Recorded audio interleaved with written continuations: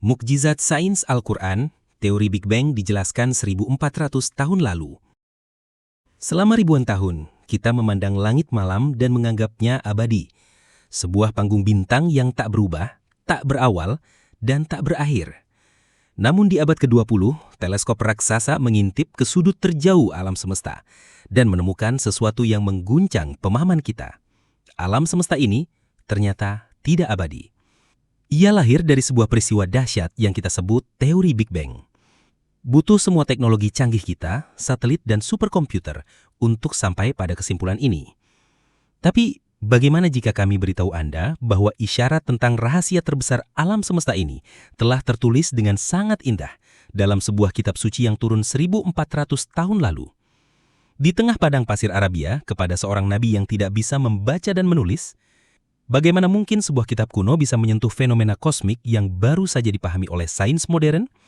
Mari kita telusuri bersama sebuah keajaiban yang mengajak kita berpikir lebih dalam tentang sains dan iman. Sebelum kita membuka halaman Al-Quran, mari kita samakan dulu pemahaman kita. Apa sih sebenarnya teori Big Bang itu?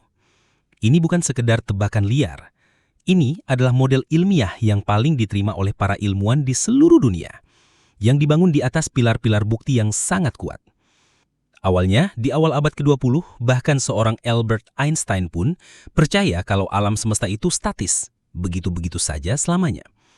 Tapi pandangan itu mulai runtuh. Pada tahun 1927, seorang pendeta sekaligus astrofisikawan bernama Georges Lemaitre menggunakan teori relativitas Einstein untuk mengajukan ide yang radikal. Ia berpikir, jika kita putar mundur waktu, alam semesta yang kita lihat bergerak ini pasti berasal dari satu titik yang sama, sebuah atom purba. Gagasannya ini baru terbukti 2 tahun kemudian, pada 1929. Seorang astronom Amerika, Edwin Hubble, saat mengamati dari observatorium Mount Wilson, menemukan fakta yang luar biasa. Galaksi-galaksi di luar sana tidak diam. Semakin jauh sebuah galaksi, semakin cepat ia menjauhi kita. Ini dikenal sebagai fenomena redshift. Artinya cuma satu, alam semesta ini mengembang, seperti balon yang terus ditiup. Kalau sekarang ia mengembang, berarti dulu ia pasti jauh lebih kecil, lebih padat, dan tentunya lebih panas. Inilah fondasi utama teori Big Bang. Bukti puncaknya justru datang dari sebuah ketidaksengajaan. Tahun 1964, dua ilmuwan radio, Arno Penzias dan Robert Wilson, frustrasi karena antena raksasa mereka terus menangkap suara desis misterius dari segala arah. Mereka sudah mencoba segalanya sampai mengusir burung-burung merpati yang bersarang di antena. Tapi desis itu tak kunjung hilang. Ternyata itu bukan gangguan. Itu adalah sisa-sisa cahaya dari ledakan Big Bang itu sendiri.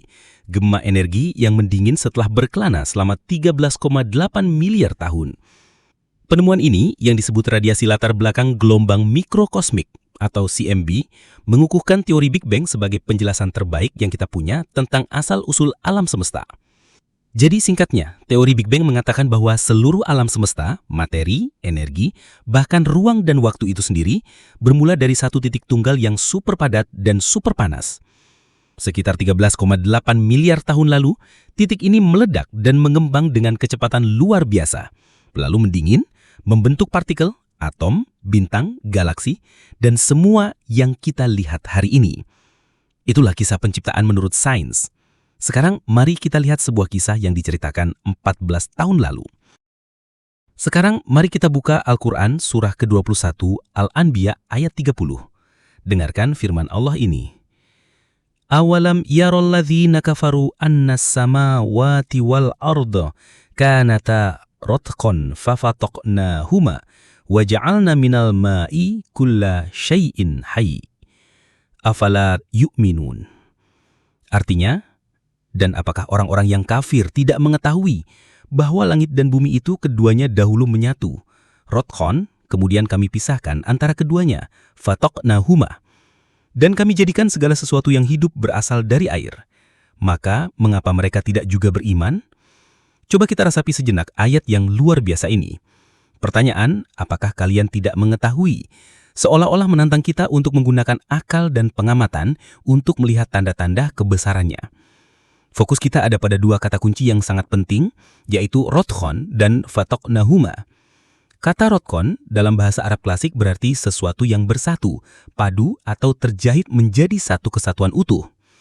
Para ahli tafsir, baik klasik maupun modern, memahami ini sebagai kondisi awal di mana langit dan bumi adalah satu entitas yang tidak terpisah. Sekarang, coba bandingkan deskripsi ini dengan konsep singularitas dalam teori Big Bang. Satu titik awal di mana seluruh alam semesta terkunci menjadi satu kesatuan yang tak terbayangkan padatnya. Kesejajaran konseptual antara kata rotkon, kesatuan padu, dengan singularitas ini sangat menarik untuk direnungkan. Lalu kita sampai pada kata kunci kedua yang lebih dramatis, yaitu fataqnahuma. Kata kerja fataqo bukan sekedar berarti memisahkan. Ia mengandung makna membelah, merobek, atau memisahkan sesuatu dengan kuat dan dinamis. Jadi, fataqnahuma berarti, lalu kami Allah pisahkan keduanya dengan kuat. Banyak penafsir modern melihat proses pemisahan dari kondisi rotkon ini sebagai gambaran yang sangat cocok dengan peristiwa ekspansi dahsyat dalam teori Big Bang. Dari satu kesatuan, alam semesta kemudian dirobek, dipisahkan lalu mulai mengembang dan menciptakan ruang, langit, dan bumi. Kesejajaran antara wahyu dan penemuan ilmiah ini sungguh luar biasa. Al-Quran tidak memakai kata ledakan, yang sering berkonotasi liar dan acak. Al-Quran memilih kata fataqa, sebuah pemisahan yang menyeratkan adanya tujuan dan kendali, seolah-olah menunjukkan adanya sebuah rencana agung. Bahkan tafsir-tafsir klasik yang ditulis jauh sebelum teori Big Bang ada, sudah menangkap esensi ini. Ibnu Katsir misalnya meriwayatkan pandangan Ibnu Abbas yang menjelaskan ayat ini sebagai langit dan bumi yang tadinya menyatu, lalu dipisahkan oleh Allah. Walaupun pemahaman mereka terbatas pada ilmu zaman itu, inti pesannya tetap sama, menyatu lalu terpisah. Esensi ini terjaga selama berabad-abad seakan menunggu sains modern datang untuk mengungkap lapis makna yang lebih dalam. Jika surah Al-Anbiya ini adalah pembuka yang menakjubkan, Al-Quran tidak berhenti di sana. Ada beberapa ayat lain yang oleh banyak pemikir modern dianggap sebagai potongan puzzle tambahan yang menjadi penguat gambaran besar ini. Pertama, mari kita lihat surah Adz-Dzariyat, surah ke-51 ayat 47. Wasama'a banainaha bi'aidin wa inna lamusi'un. Artinya, dan langit itu kami bangun dengan kekuasaan kami, dan sungguh kamilah yang meluaskannya. Perhatikan baik-baik kata terakhir, lamusi'un. Dalam tata bahasa Arab, bentuk kata ini menunjukkan sebuah tindakan yang sedang dan terus berlangsung. Beberapa penafsir modern memahami ini bukan sekedar kami telah membuatnya luas, tapi lebih kepada kami benar-benar sedang terus-menerus meluaskannya. Ini adalah sebuah deskripsi yang sangat dinamis, menggambarkan alam semesta yang tidak statis. Sekarang ingat kembali penemuan Edwin Hubble pada tahun 1929, alam semesta ini terus mengembang, sebuah fakta yang menjadi pilar utama teori Big Bang. Bahkan saat manusia di abad ke-7 masih percaya langit adalah atap yang diam, Al-Quran justru menurunkan ayat yang bisa ditafsirkan sebagai alam semesta yang dinamis dan terus meluas. Apakah yang terjadi setelah pemisahan awal atau fataqnahuma itu? Sains modern menjelaskan bahwa alam semesta di masa-masa awalnya adalah kabut panas superpadat yang terjadi dari partikel-partikel yang kemudian mendingin menjadi gas hidrogen dan helium. Dari awan gas jagat inilah bintang dan galaksi pertama kali lahir. Sekarang perhatikan firman Allah dalam surah Al-Fusilat surah ke-41 ayat 11. Summastawa ilas sama'i wahiya dukhanun. Artinya, kemudian dia menuju kepada penciptaan langit dan langit itu masih merupakan asap, dukhon. Kata kuncinya di sini adalah dukhon, yang secara harfiah berarti asap. Sejumlah ilmuwan muslim dan penafsir modern seperti Dr. Zakhlul El-Najjar memandang kata dukhon ini sebagai deskripsi kualitatif yang sangat pas untuk fase gas hangat dan pekat yang menjadi cikal bakal alam semesta setelah Big Bang. Gambaran ini sangat cocok dengan hipotesis nebula dalam ilmu kosmologi. Jadi Al-Quran menyajikan sebuah narasi yang bisa dibaca sejalan dengan sains. Ada titik awal yang menyatu, rotkon, lalu proses pemisahan yang kuat, fataqnahuma, dilanjutkan dengan proses perluasan yang terus-menerus, lamusi'un, dan kondisi materi awal yang seperti asap, dukhon. Keempatnya membentuk sebuah narasi yang sangat selaras dengan temuan kosmologi modern. Mari kita berhenti sejenak untuk berpikir. Kita sudah melihat data ilmiah dan ayat-ayat Al-Quran. Pertanyaan yang wajar untuk kita tanyakan adalah, bagaimana ini bisa terjadi? Coba bayangkan, Jazirah Arab 1400 tahun yang lalu. Masyarakatnya hidup di tengah gurun, pengetahuan astronomi mereka sebatas apa yang bisa dilihat mata. Tidak ada teleskop, tidak ada laboratorium, apalagi pemahaman fisika partikel. Di tengah kondisi itulah, Nabi Muhammad, seorang yang dikenal jujur, namun tidak pernah bisa membaca dan menulis, menyampaikan wahyu ini. Wahyu yang berbicara tentang langit dan bumi yang pernah satu, tentang pemisahan kosmik, tentang alam semesta yang meluas, dan tentang langit yang pernah berupa asap.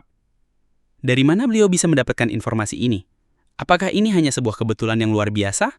Untuk menyajikan 4 konsep kosmologi yang begitu kompleks dan berurutan, rasanya sulit untuk menyebutnya sekadar tebakan. Ini bukan lagi soal statistik. Ini adalah sebuah pertanyaan mendasar. Dari mana sumber pengetahuan ini? Banyak yang meyakini ini adalah bukti bahwa sumbernya bukanlah dari pikiran manusia, melainkan dari sang pencipta alam semesta itu sendiri. Penemuan sains modern, alih-alih bertentangan dengan Al-Quran, justru bisa dilihat sebagai saksi yang menyingkap kebenaran isyarat-isyarat yang telah ada di dalam Al-Quran selama 14 abad. Dari ujung kosmos hingga ke kedalaman makna ayat-ayat Al-Quran, kita melihat bagaimana teori Big Bang, salah satu penemuan terbesar sains modern, ternyata memiliki gema yang sangat jelas dalam kitab suci yang diturunkan 14 abad sebelumnya. Konsep singularitas atau rotkan, pemisahan dahsyat, fatak nahuma, perluasan alam semesta, lamusion, dan asap kosmik, dukhon, semuanya terangkai dalam sebuah narasi yang agung. Tentu saja, Al-Quran bukanlah buku teks sains, ia adalah kitab petunjuk atau hidayah. Namun di dalamnya tersebar tanda-tanda atau ayat, kebesaran Allah bagi mereka yang mau berpikir. Sains dan Al-Quran, jika dipahami dengan benar, tidak perlu dipertentangkan.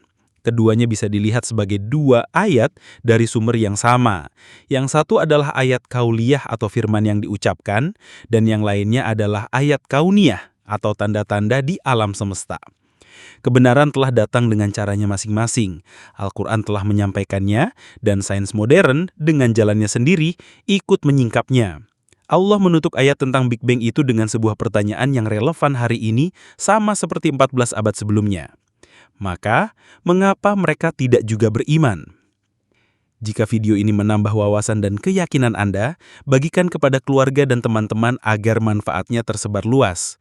Jangan lupa untuk menyukai dan berlangganan channel ini agar kita bisa terus menggali lebih banyak lagi keajaiban ilmu bersama-sama. Terima kasih telah menyimak video kami ini.